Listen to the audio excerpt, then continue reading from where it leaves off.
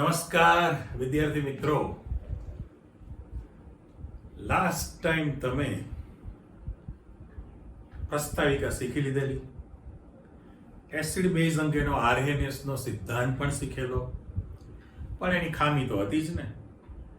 ખામી તમને યાદ છે કે માત્ર જલીય દ્રાવણને જ લાગુ પાડી શકાય છે. જે સંયોજનમાં H+ અથવા OH- હાજર ન હોય તો એને લાગુ ન પાડી શકાય, અને H2O દ્રાવક હોય તો જ શક્ય છે, અન્ય દ્રાવક માટે બિનઉપયોગી થાય. બરાબર, એ વ્યાખ્યા સંતોષતું નથી, પણ પછી બીજા વૈજ્ઞાનિકોને પ્રેરણા મળી. આજે તમે નવા 2 સિદ્ધાંત શીખવાના છો. બરાબર, એટલે એસિડ બેઝની ત્રણેય સિદ્ધાંતની દુનિયા તમારી પાસે પૂરી થઈ જાય આખી. સીધા ક્વેશ્ચન તરફ તમે જાઓ તો પહેલો જ પ્રશ્ન આપણે મૂકેલો છે કે ભાઈ એસિડ અને બેઝની બ્રોન્સ્ટેડ-લોરી સંકલ્પના દેખાય છે, ઉદાહરણ આપીને સમજાવો. એસિડ બેઝની બ્રોન્સ્ટેડ-લોરી સંકલ્પના ઉદાહરણ આપીને સમજાવો. એ બધું આપણે ભરચક બોર્ડ કરી દેવાની છે. પહેલી કોલમ, બીજી કોલમ વધારે છે, અને પછી છેલ્લો સિદ્ધાંત તમારી પાસે એસિડ અને બેઝ અંગે લુઈસની સંકલ્પના તમારે સમજાવવાની છે. લુઈસભાઈ એટલે આર્હેનિયસ, બ્રોન્સ્ટેડ-લોરી અને લુઈસ, ત્રણ સિદ્ધાંત તમારી પાસે આવી ગયા. જોઈ તમને અંદાજ આવે છે કે ભાઈ આ જે પ્રશ્ન છે એનું મહત્વ ઘણું બધું છે. ખામી તો છે જ, પણ એની અગત્યતા, પ્રશ્ન પૂછવાનું વગેરે વગેરે ઘણું છે. ચલો જોતા જઈએ. પહેલામાં પહેલું કે બંને અલગ અલગ વૈજ્ઞાનિક છે ને. આ જે છે એ સ્વીડનનો સ્વીડિશ વૈજ્ઞાનિક કોણ છે? જોનિસ બ્રોન્સ્ટેડ આખું નામ છે એનું, પણ આપણે શોર્ટ ફોર્મથી ઓળખીએ છીએ. એટલે સ્વીડિશ વૈજ્ઞાનિક બ્રોન્સ્ટેડ છે. અને અંગ્રેજ, આપણે અંગ્રેજ બોલીએ ને, અંગ્રેજ વૈજ્ઞાનિક જે છે એ લોરી છે.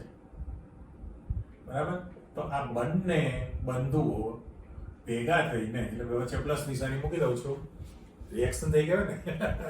એટલે પેલું બહુમાન કીધું કે સ્વીડિશ જોનિસ બ્રોન્સ્ટેડ અને અંગ્રેજ વૈજ્ઞાનિક લોરી, એ બંને એસિડ બેઝ અંગેની સંકલ્પને રજૂ કરી. હવે એમની વ્યાખ્યા પ્રમાણે તમને શું કહે છે? આપણે એવું કહેવું છે કે ભાઈ એસિડ કોને કહેવાય અને બેઝ કોને કહેવાય, રાઈટ? આ એસિડ અને બેઝની સૌથી પહેલા વ્યાખ્યા છે. તો વ્યાખ્યામાં તમે સ્ટેટમેન્ટ એવું આપવાના છો કે જે સંયોજન પ્રક્રિયા દરમિયાન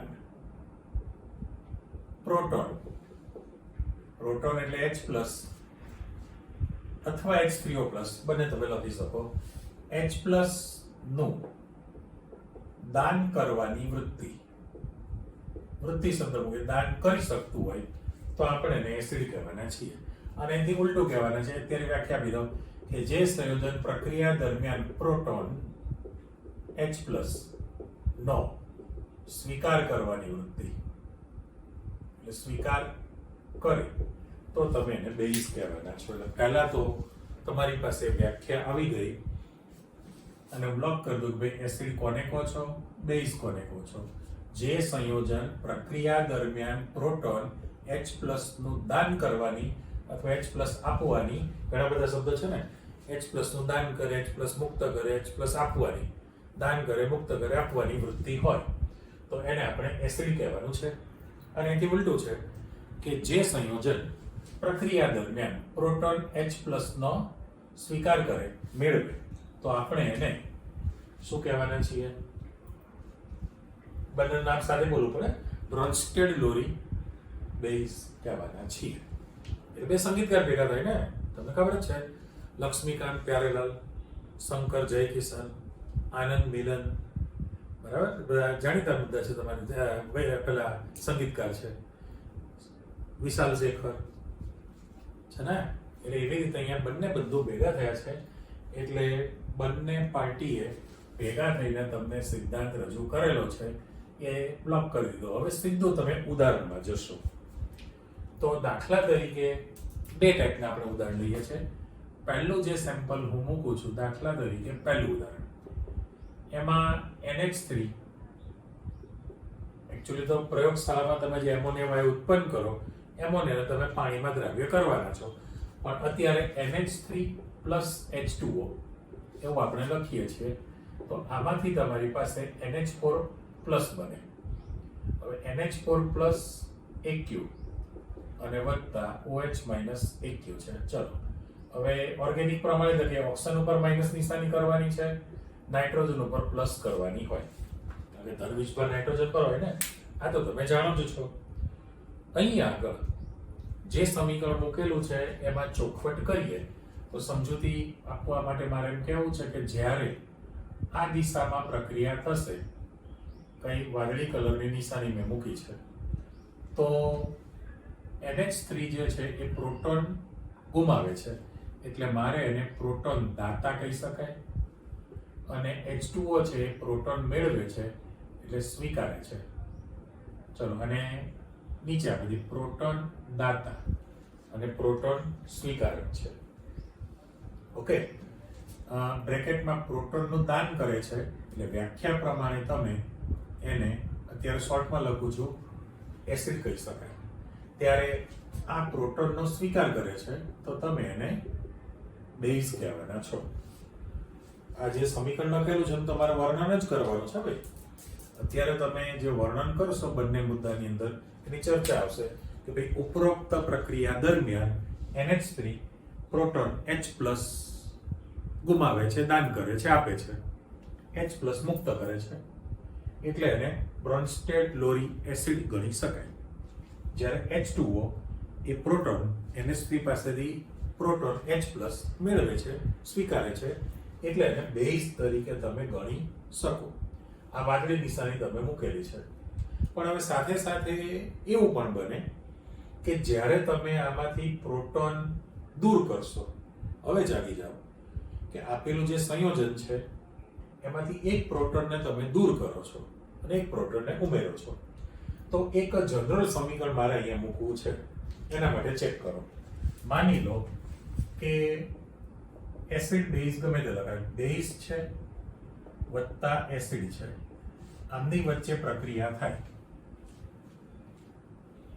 તમને એમ થાય કે અહીંયા તમે એસિડ લખેલો છે અને બેઝ લખેલો છે, તો સાથે સાથે મારે બીજું ઉદાહરણ પણ મૂકી દેવું છે. ચલો, આ ડિવાઈડર આવી ગયું. દાખલા તરીકે તમારી પાસે જે બીજું ઉદાહરણ છે એમાં જતા રહો કે ભાઈ HCl છે,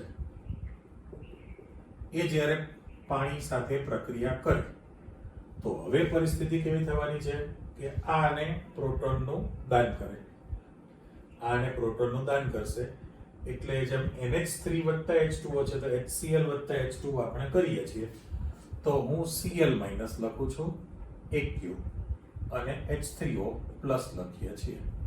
આ પણ લખાઈ ગયું કહેવાય. પણ હવે તમે જોઈ શકો છો કે આ જે એરો મેં કરેલો છે એ સાચો કર્યો છે? ના, બરાબર ને? એટલા માટે આપણે ક્લિયર કરવું છે. આની અંદર જો નિશાની બદલીએ છીએ, બંને સમીકરણમાં પહેલામાં પહેલું આ એરો છે એ તમારા સમીકરણ પ્રમાણે NH4 પ્લસ છે, એટલે જો એરો આ બાજુ થયો તો મારે બધું જ લખાણ બદલવું પડે ને. બધું લખાણ શું કરી નાખવું પડે? બદલવું પડે. એટલે આ પ્રોટોન નું દાન કરશે એટલે પ્રોટોન દાતા છે, આ પ્રોટોન મેળવે છે એટલે પ્રોટોન સ્વીકારક છે.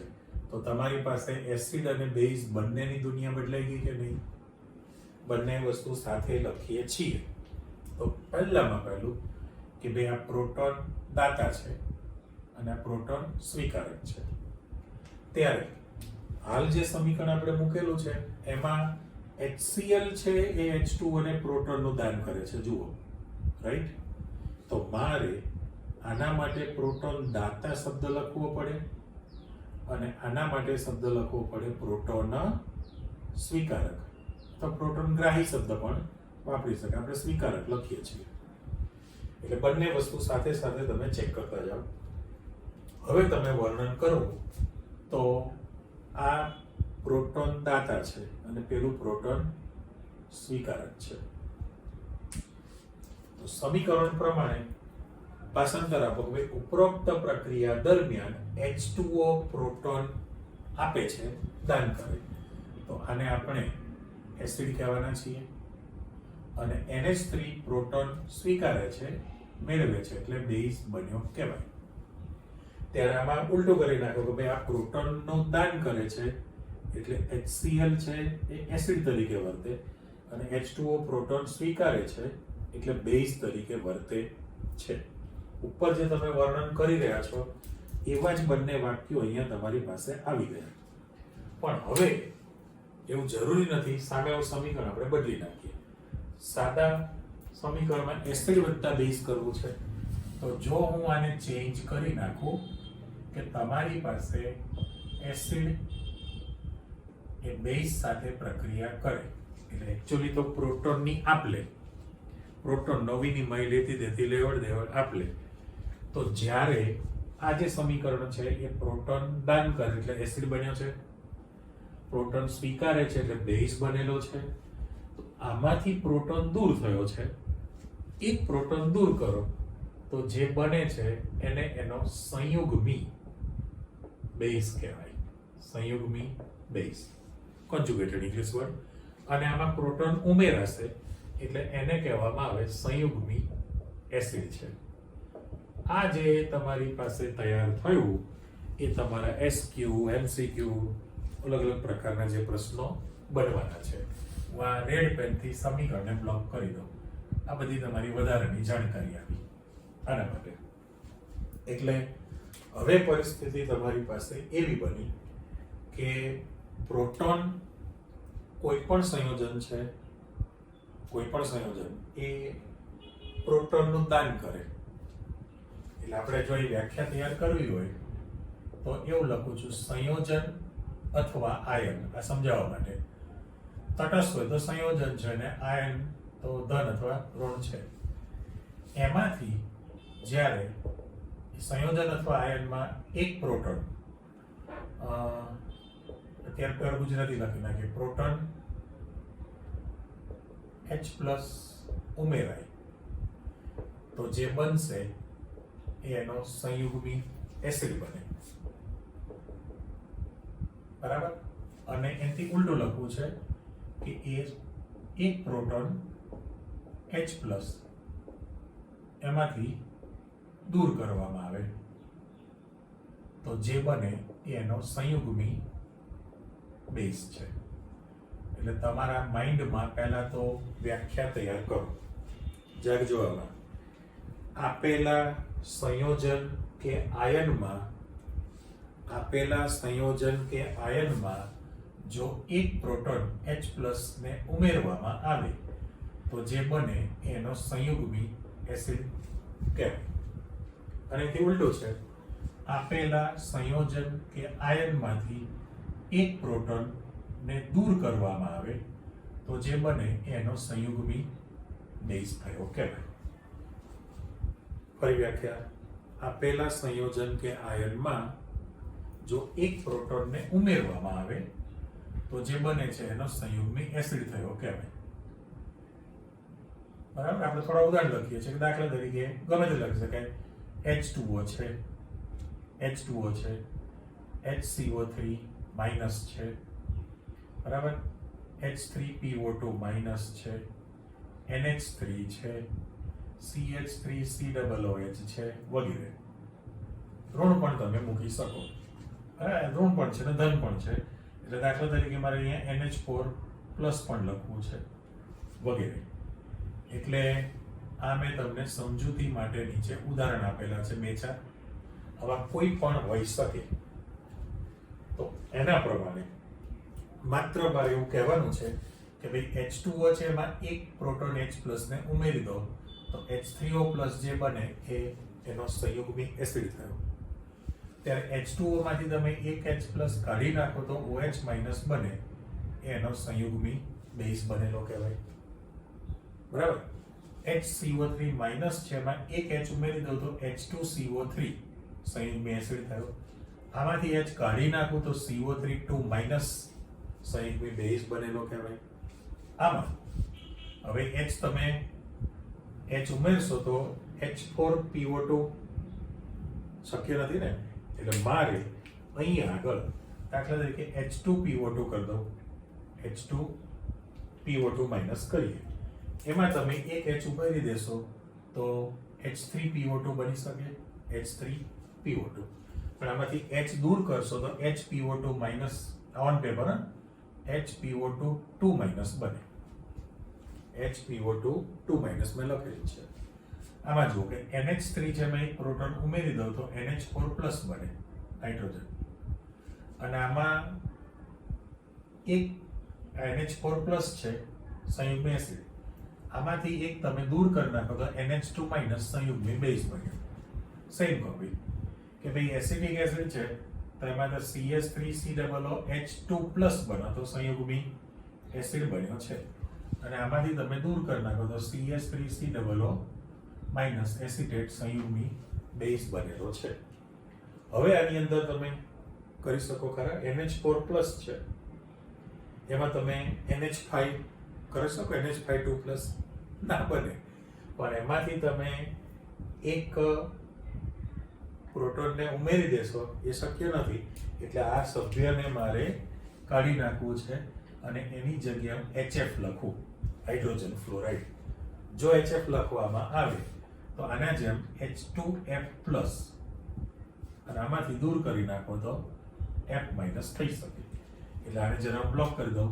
આ તમારો જે પ્રશ્ન પૂછવાનો છે SQ MCQ ની અંદર, એ પહેલા સમીકરણ પરથી બની ગયેલું કહેવાય. એટલે કોઈ પણ સમીકરણ આપે એમાં ડાબી બાજુ જે છે એ બ્રોન્સ્ટેડ લોરીની વ્યાખ્યા બની કહેવાય. ઓકે, એટલે આ પ્રોટોનનું દાન કરે, એટલે જે સંયોજન પ્રોટોન મુક્ત કરે આપે એનો હંમેશા સંયુગ્મી બેઝ બને. અને એથી ઉલટું છે, જે સંયોજન પ્રોટોન H+ સ્વીકાર કરે એ એનો સંયુગ્મી એસિડ બનવાનો છે. પણ સાથે સાથે એમ પણ તમે કહી શકો કે જો બ્રોન્સ્ટેડ લોરી, બે શબ્દ મૂકી દે, ચાલો, બ્રોન્સ્ટેડ લોરી એસિડ અથવા બેઝ, આ બેમાંથી કોઈ પણ જો પ્રબળ હોય તો એમાંથી જે સંયુગ્મી એસિડ અથવા બેઝ હોય એ હંમેશા નિર્બળ હોય છે. આ એક તમારી પાસે સ્ટેટમેન્ટ આવી ગયેલું કહેવાય કે ભાઈ બ્રોન્સ્ટેડ લોરી એસિડ અથવા બેઝ જો એ પ્રબળ હોય તો એમાંથી ઉત્પન્ન થયેલો સંયુગ્મી એસિડ અથવા બેઝ એ હંમેશા નિર્બળ હોય છે. અને એથી ઉલટું છે, જો સંયુગ્મી એસિડ અથવા બેઝ પોતે પ્રબળ હોય તો એનો પેલો જે બનશે એ નિર્બળ હોવાનો. આપણે વન સાઈડ લખેલું છે કે ભાઈ બ્રોન્સ્ટેડ લોરી એસિડ અથવા બેઝ જો પ્રબળ હશે તો એનો સંયુગ્મી એસિડ અથવા બેઝ જે છે હંમેશા નિર્બળ જ હોય. એટલે આ એસિડ અને બેઝની જે ઘટના છે એ ખરેખર એક પ્રોટોનના તફાવત પરથી બની ગયો ને, એક પ્રોટોન H+ નો તફાવત હોય છે. ચલો, આ મેં શબ્દ આપી દીધો, હવે આગળ નહીં. એની અંદર એક પ્રોટોન H+ નો તમારી પાસે તફાવત હોય, એટલે ખરેખર તો એક પ્રોટોનનો વિનિમય થયો, આપલે લેતી દેતી થઈ. ફરી પાછા તમે અહીં આવો કે ભાઈ હવે પ્રશ્ન થયો કે ઉપરોક્ત પ્રક્રિયાની અંદર H2O છે પ્રોટોન દાતા છે ને, એટલે એસિડ તરીકે વર્તે છે, એસિડ તરીકે. તો મારે અહીંયા જે લખવું છે એક પ્રોટોન ઉમેરાણો, તો આ જે બન્યો છે એનો સંયુગ્મી એસિડ થયો કહેવાય, સંયુગ્મી એસિડ. ચલો બ્રેકેટ આપીએ, બરાબર. અને આમાંથી પ્રોટોન દૂર થયો છે તો જે બન્યો છે એનો સંયુગ્મી બેઝ બને છે. એટલે સંયુગ્મી એસિડ સંયુગ્મી બેઝ બન્યો કહેવાય. પણ આ પ્રક્રિયાની અંદર, ઉપરોક્ત પ્રક્રિયામાં H2O એસિડ તરીકે વર્તે છે. H2O શેના તરીકે વર્તે છે? એસિડ તરીકે વર્તે છે, કરેક્ટ? ત્યારે નીચલું જે સમીકરણ છે એમાં પાછું ભાષાંતર આપી દો. હવે અહીં તમારું પેલું જે સમીકરણ છે એ પ્રમાણે બની ગયું કે જે સંયોજન પ્રોટોનનું દાન કરે એમાંથી પ્રોટોન દૂર થયો તો જે બનવાનો છે એ એનો સંયુગ્મી બેઝ બન્યો અને પ્રોટોન સ્વીકારક છે, પ્રોટોન સ્વીકારે છે, અંદર ઉમેરો થયો તો એ જે બને એ એનો સંયુગ્મી એસિડ બનેલો છે. ચલો બંને સમીકરણમાં આપણે ઉલટા સુલટી લખાણ આપી દીધું છે. પણ ભાષાંતર ઉપરોક્ત પ્રક્રિયા દરમિયાન HCl એક પ્રોટોન H+ મુક્ત કરે છે, પ્રદાન કરે છે. આથી તે એસિડ તરીકે વર્તે છે, ગણી શકાય. જ્યારે H2O એ પ્રોટોન HCl પાસેથી એક પ્રોટોન સ્વીકારે છે, માટે એને બેઝ તરીકે ગણી શકાય. પણ આ પ્રક્રિયાની અંદર H2O જે છે, H2O એ તમારી પાસે સ્વીકારક છે ને બેઝ છે ને, એ બેઝ તરીકે પણ વર્તે છે, બેઝ તરીકે પણ વર્તી શકે છે ને. એનો અર્થ એમ કે પાણી જે છે એને તમે ઉભય ગુણી નથી કીધેલું હાઇડ્રોજન ચેપ્ટરમાં, ઉભય ગુણધર્મી એવો શબ્દ મૂકી દે. ચાલો ઉભય ગુણધર્મી બની ગયો, કારણ કે પહેલી પ્રક્રિયાની અંદર એ પ્રોટોનનું દાન કરે છે એટલે એસિડ થયો. બીજી પ્રક્રિયામાં પ્રોટોન સ્વીકારે છે એટલે બેઝ તરીકે વર્તે. ઉભય ગુણધર્મી એનો સ્વભાવ છે, એના માટે તમે ઉદાહરણ આપી શકો, રાઈટ? એટલે આખી ઘટનાની અંદર આ ચર્ચા તમારી પાસે આવી ગઈ. તો જે SQMCQ તમને પૂછવાનો છે એમાં વિગત એવી બની કે જે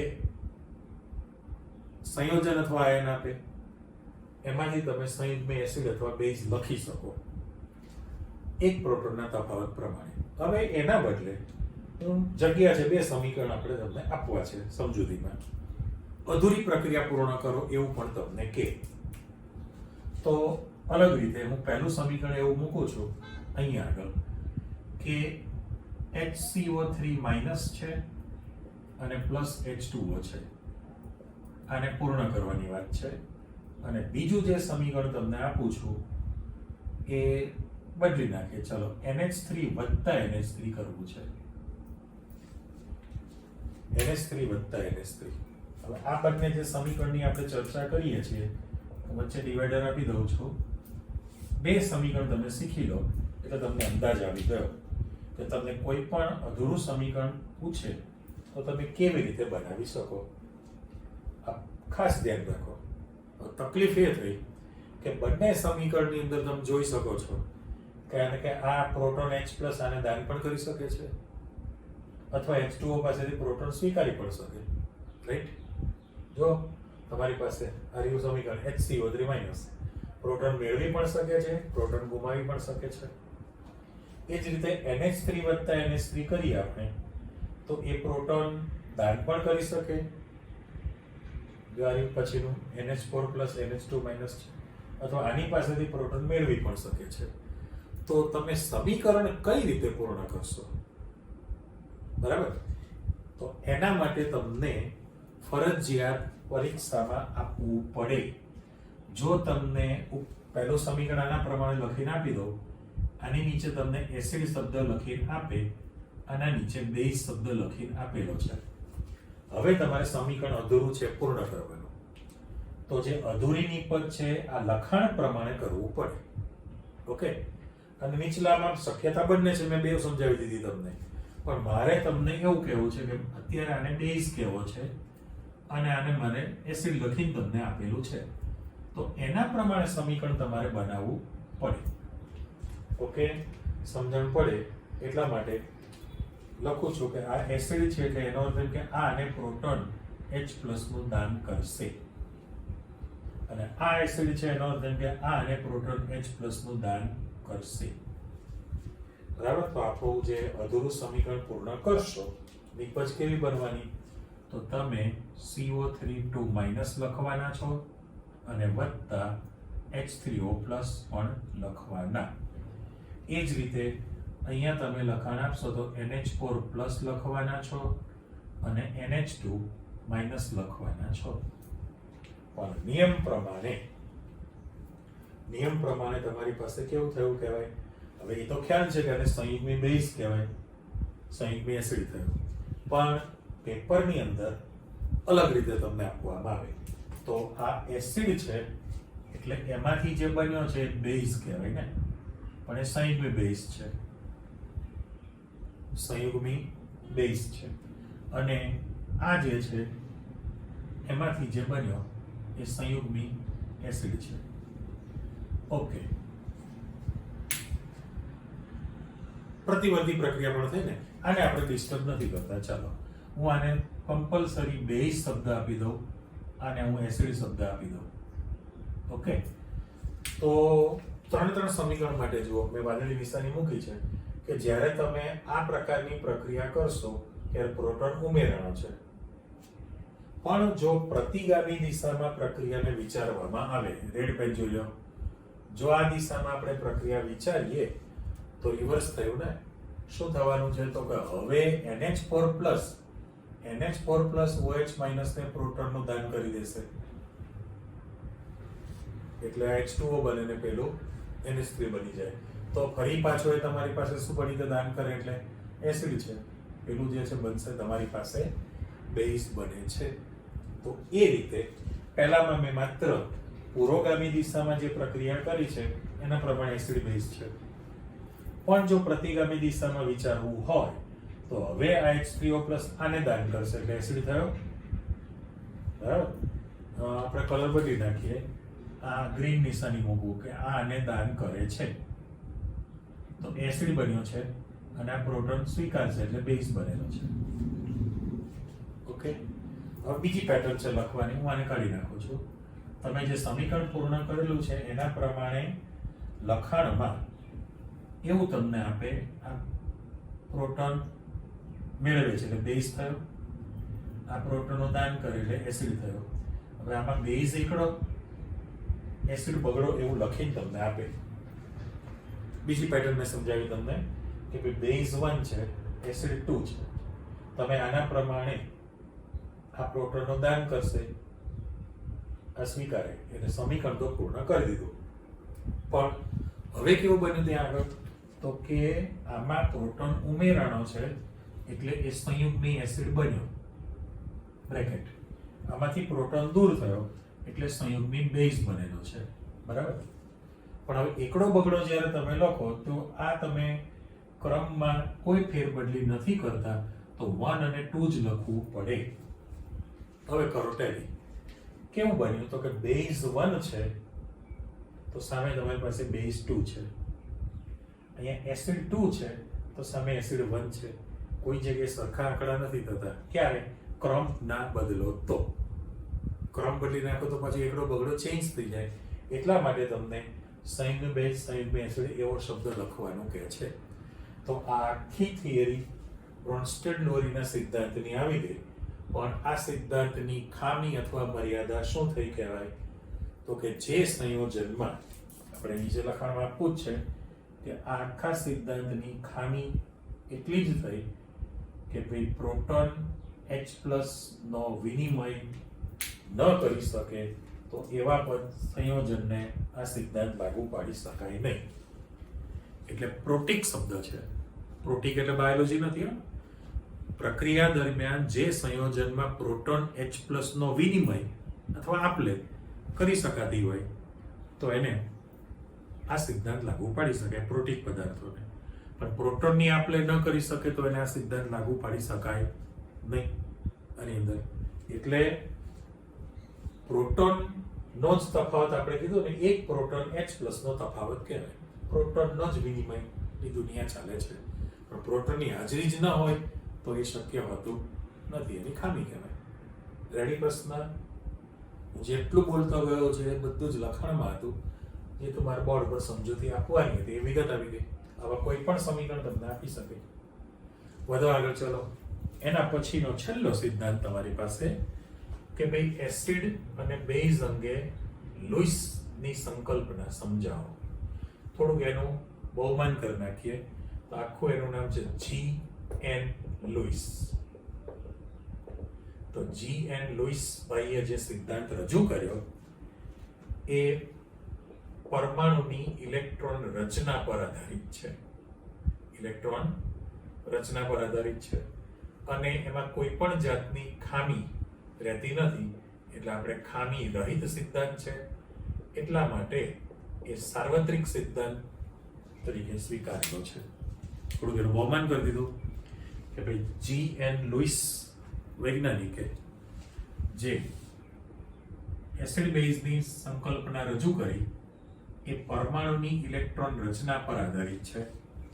હજી સુધી કોઈ પરમાણુની ઇલેક્ટ્રોન રચના ખોટી પાડી શક્યા નથી, અને આ સિદ્ધાંતમાં કોઈ જાતની ખામી ન મળી, એટલે ખામી રહિત છે, એટલા માટે સાર્વત્રિક રીતે સ્વીકાર્ય બનેલો છે. સાર્વત્રિક રીતે સ્વીકાર્ય બન્યો. ઓર્ગેનિકમાં પણ આપણે એનો ઉપયોગ ડગલે ને પગલે કરીએ જ છીએ, પણ એના પ્રમાણે એસિડ અને બેઝની વ્યાખ્યા શું કરી કહેવાય, તો એને બંને સ્ટેટમેન્ટ કરતા જુદી જ વિગત આપી દીધી.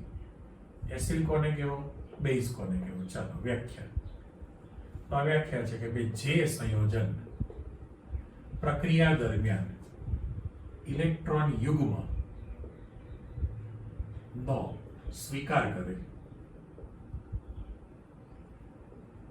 તો એને એસિડ કહેવાય. અને એનાથી ઉલટું છે કે જે સંયોજન પ્રક્રિયા દરમિયાન ઇલેક્ટ્રોન યુગ્મનું દાન કરે તો તમે એને લુઈસ બેઝ કહેવાના છો. આ આપણી પાસે સ્ટેટમેન્ટ આવી ગયું. જે સંયોજન પ્રક્રિયા દરમિયાન ઇલેક્ટ્રોન યુગ્મનો સ્વીકાર કરે, ઇલેક્ટ્રોન યુગ્મ મેળવે, સ્વીકાર અથવા મેળવે, તો તમે એને લુઈસ એસિડ કહેવાના છો. અને એનાથી ઉલટું છે કે ભાઈ જે સંયોજન પ્રક્રિયા દરમિયાન ઇલેક્ટ્રોન યુગ્મનું દાન કરે, ઇલેક્ટ્રોન યુગ્મનું જો દાન કરતું હોય તો આપણે એને બેઝ તરીકે સ્વીકારી શકાય. એટલે આમાં ઇલેક્ટ્રોન યુગ્મ જરૂરી છે. તો એટલું ફાઇનલ થઈ ગયું. આને બ્લોક કરી દો. તમે જાણો છો કે ભાઈ મોટા ભાગના કોઈ પણ ધન આયનો હોય,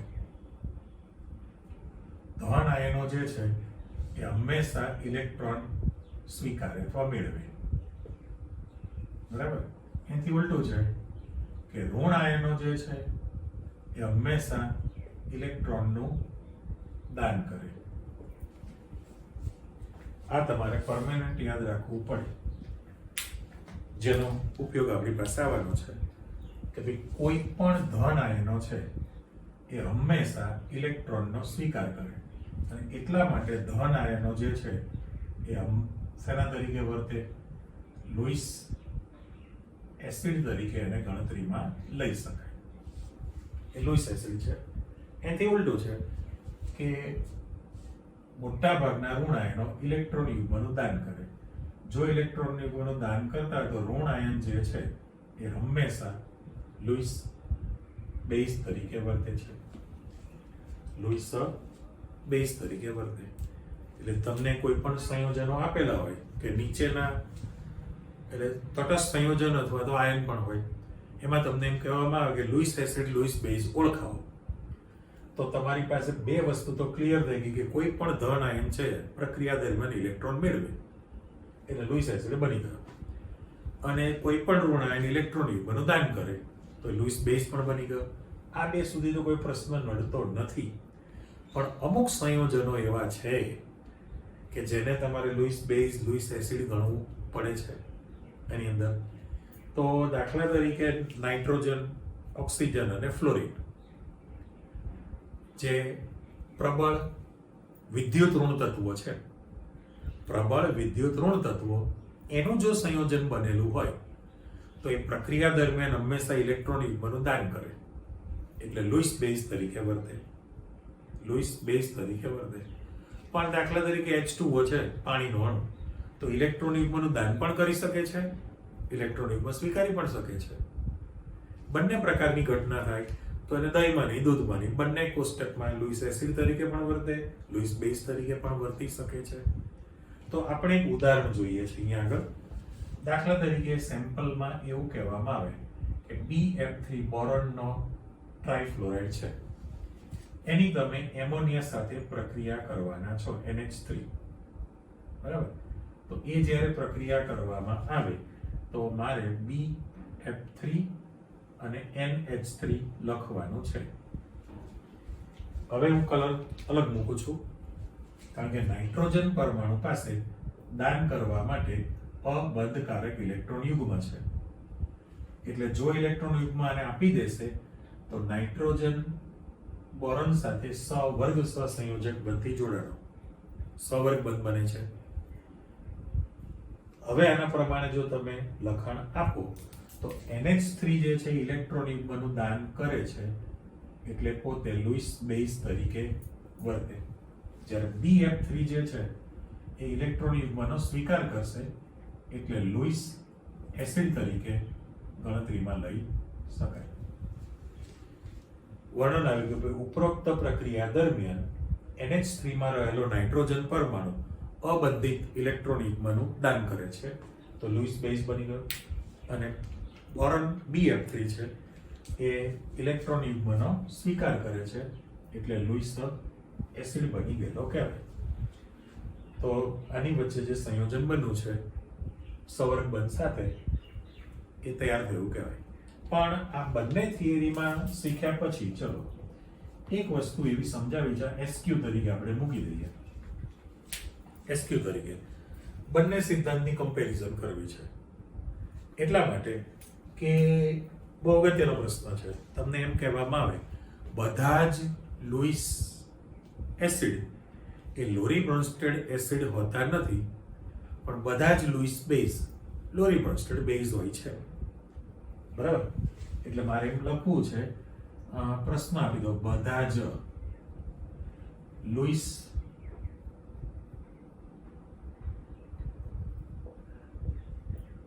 એસિડ બધા જ લુઈસ એસિડ એ લોરી બ્રોન્સ્ટેડ તો બ્રોન્સ્ટેડ લોરી હોતા નથી પરંતુ બધા જ લુઈસ બેઝ એ લોરી બ્રોન્સ્ટેડ બેઝ હોય જ.